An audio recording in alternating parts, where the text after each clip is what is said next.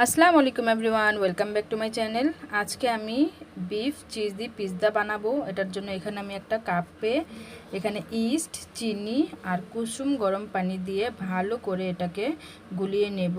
তারপরে এখানে অ্যাক্টিভ হওয়ার জন্য একটা সাইডে রেখে দেব।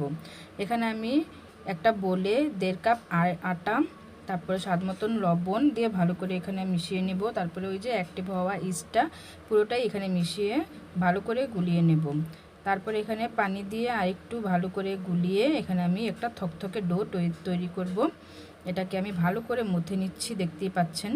তাই তেল দিয়ে দিয়ে মুথে নিচ্ছি। তারপর এখানে আমি আরেকটু তেল দিয়ে এখানে ভালো করে এখানে মুথে এখানে আমি একটা সাইডে 1 ঘন্টার জন্য রেখে দেব।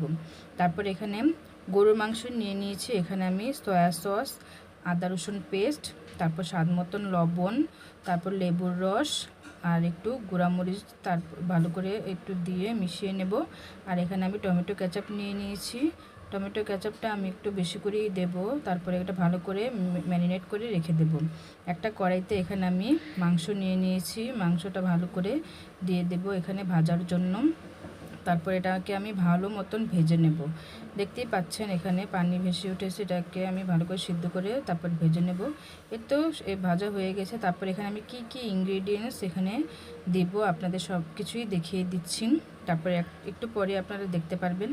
এখানে আমি ডোটা ভালো করে অ্যাক্টিভ হয়ে গেছে, দেখতেই পাচ্ছেন। তারপর এখানে আমি পিৎজার ট্রেতে এটাকে আমি ভালো করে নিয়ে নেব। তারপরে যে আমি পিৎজার শেপে দিয়ে দিচ্ছি। এখানে আমি একটা কাঁটা চামচ দিয়ে ভালো করে এটাকে এখানে আমি তারপরে এটাকে ভালো করে একটু কেচে কেচে নিয়েছি। তারপরে এখানে আমি সস দিয়ে দিলাম। তারপর আর কি আমার ফেভারিট চিজ দিয়ে দিচ্ছি। এটা কিন্তু আমার মেয়েও এখানে আমাকে অনেক সাহায্য করেছে। ও কিন্তু আমার সব কাজে সাহায্য করে, মানে কি বলবো, ওর এগুলো করতে নাকি অনেক ভালো লাগে। তারপরে এখানে আমি ভাজা মাংসটা দিয়ে দিলাম। তারপরে এখানে রিং করে কেটে রাখা অনিয়ন দিয়ে দিয়েছি। তারপরে এখানে আমি কিছু টমেটো কুচি দিয়ে দিব। তারপরে একটু ঝাল ঝাল করার জন্য আমি এখানে মরিচ কুচি দিয়ে দিয়েছি। কাঁচামরিচটা এখানে কুচি করে আমি দিয়ে দিয়েছি। তারপরে এখানে আমি দিয়ে দেব সচেসটা আমি এখানে কিউব করে কেটে নিয়েছি। দেখতেই পাচ্ছেন সচেসগুলো আমি এখানে দিয়ে দিচ্ছি।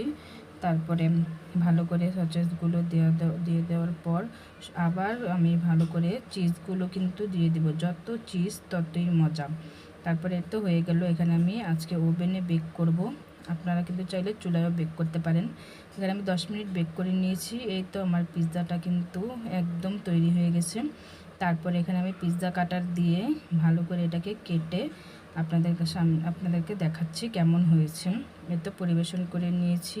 আমার মেয়ে কিন্তু খেয়ে বলেছে অনেক টেস্ট হয়েছে। আপনাদের কাছে যদি আমার আম্মুর এই রেসিপিটা ভালো লেগে থাকে তাহলে বাসায় অবশ্যই ট্রাই করবেন। আর আমাদের ভিডিওটা যদি ভালো লেগে থাকে তাহলে একটা লাইক করে দেবেন, পাশে থাকা সাবস্ক্রাইব করে দিয়ে পাশে থাকা বেল আইকনটি ক্লিক করে দেবেন। আর আমাদের সাথে এতক্ষণ থাকার জন্য ধন্যবাদ। আল্লাহ হাফেজ।